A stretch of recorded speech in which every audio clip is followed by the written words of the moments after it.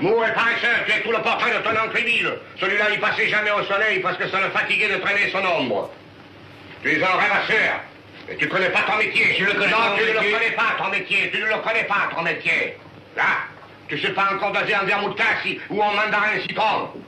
Quant au piquant citron curaçao de la maison, ça, n'en parlons pas. N'en parlons pas. Hier, le père Cougourde est venu et il s'est plaint à moi. Oh, c'est pourtant pas difficile, voyons. Tiens, regarde. Tu mets un tiers de curaçao. Fais attention, hein. Un tout petit tiers. Un tiers de citron. Tu vois? Un bon tiers de piquant. Tu vois? Et alors, un grand tiers d'eau. Voilà. Et ça fait 4 tiers, hein. Et alors? Eh bien, dans un verre, il n'y a que 3 tiers.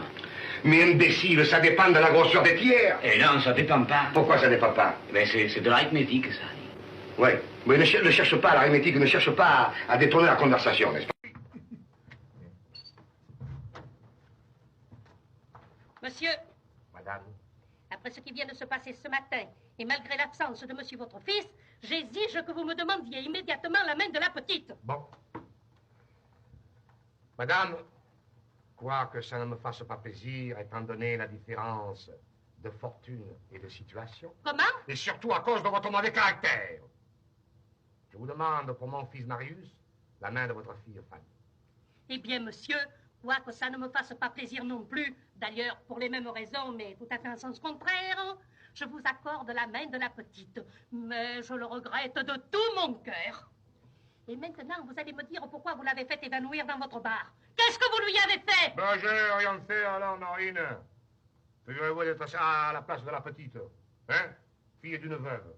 Je vous le reproche pas, puisqu'en somme, ce n'est pas vous qui avez tué votre mari. Mais enfin, fille d'une veuve, c'est-à-dire sans homme dans la famille, n'est-ce pas? En plus, pauvre. Quel pauvre? Laissez-moi parler. Fille d'une veuve et presque misérable. Tout d'un coup, on lui apprend qu'elle va épouser un garçon superbe.